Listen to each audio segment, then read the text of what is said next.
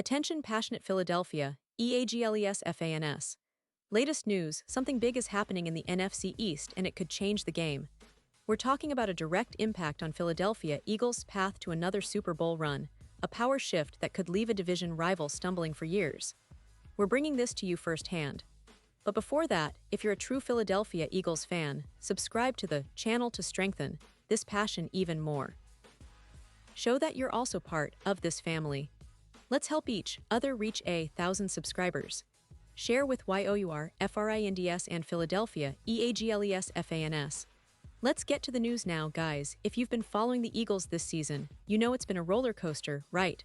Right now, the team's story is one of resilience, of highs and lows, and a lot of lessons to be learned.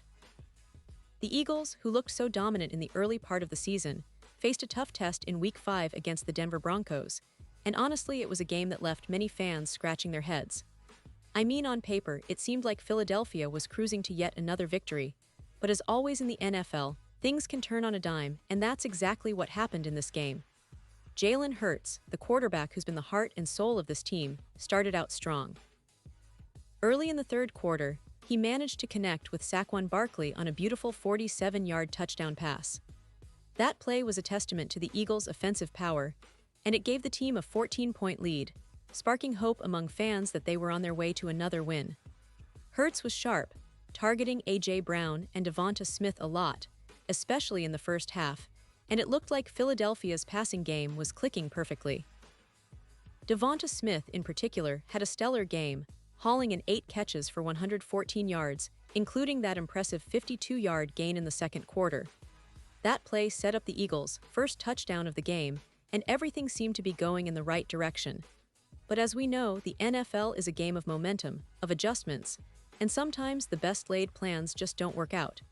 And that's exactly what happened in the second half. The Eagles' offense, which was so effective early on, suddenly hit a wall.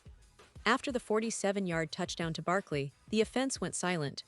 They couldn't get anything going, and the Broncos took advantage of that. Denver, who had been fairly quiet offensively in the first half, found their rhythm, and it was like watching a different team on the field. The Broncos outgained the Eagles 159 yards to just 42 in the final 15 minutes. That's a staggering stat, and it really highlights how quickly the game turned. Denver's offense was relentless, and the Eagles' defense, which had done well for most of the game, just couldn't keep up. It's a tough pill to swallow for Eagles fans because, honestly, it looked like Philly had control of this game for most of the first 3 quarters. But then, things started to unravel. Hurts, when asked after the game about what went wrong in the second half, summed it up in just 2 words: lack of execution. And honestly, that phrase encapsulates a lot of what happened. The Eagles' offense, which was so precise early on, suddenly looked disorganized. They tried to push the ball downfield, but the execution just wasn't there. The offensive game plan was clearly centered around their passing attack, which makes sense given the personnel, Hurts targeting Brown and Smith so often.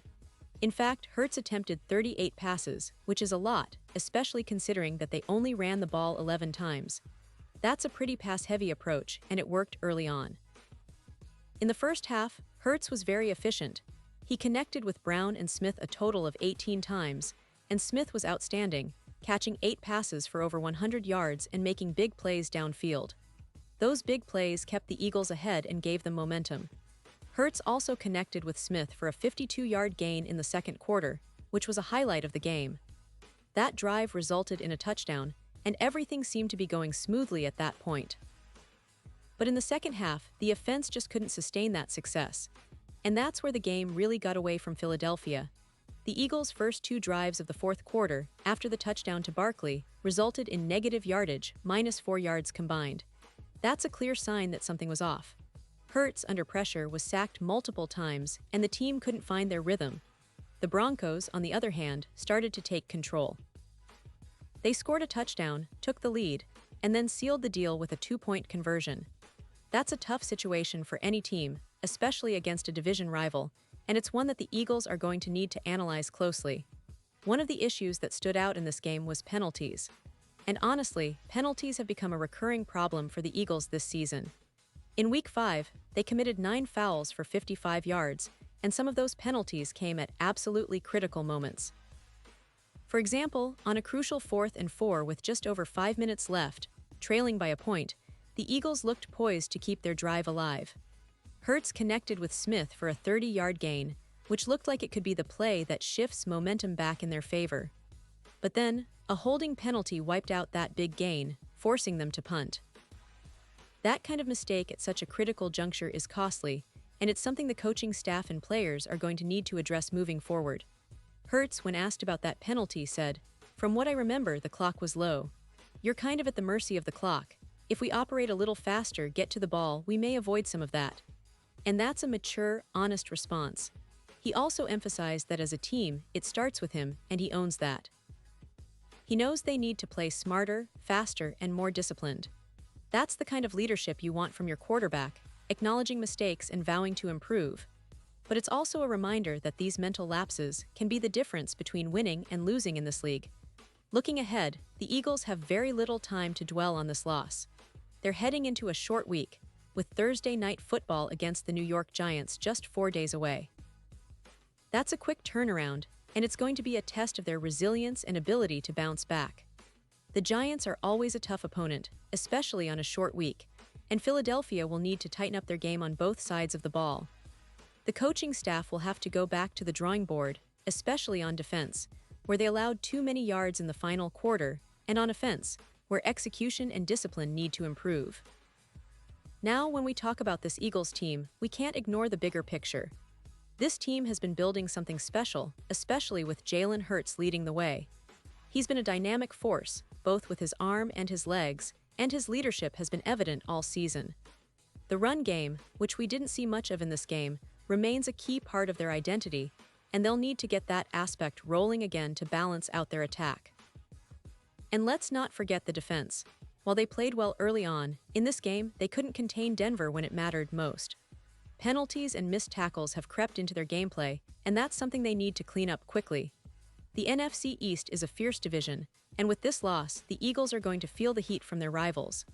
The Cowboys, Giants, and Washington are all lurking, ready to pounce if Philadelphia slips. But this team has shown resilience before, and I believe they'll learn from this setback.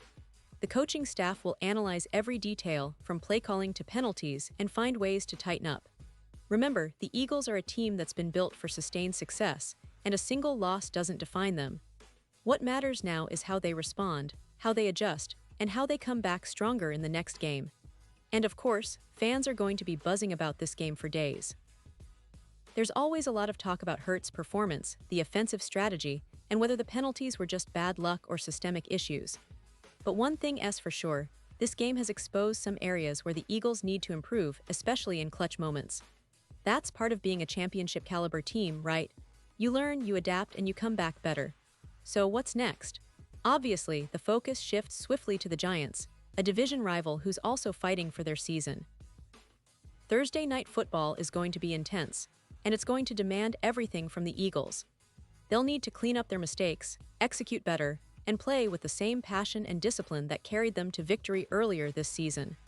The defense will have to step up and contain the Giants' offense, while the offense needs to find that balance again, mixing the passing game with a more effective running attack.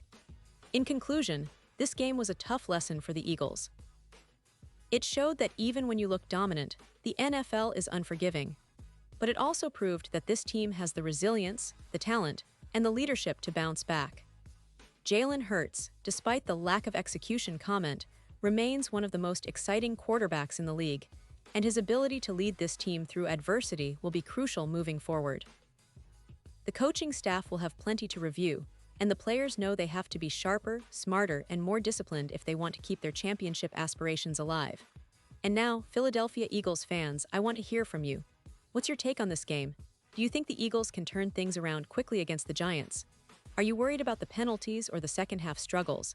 Drop your thoughts in the comments below. Your opinion matters so much to us and to the Philadelphia Eagles. And don't forget, I'll be back soon with more updates, so stay tuned for the latest Philadelphia Eagles news.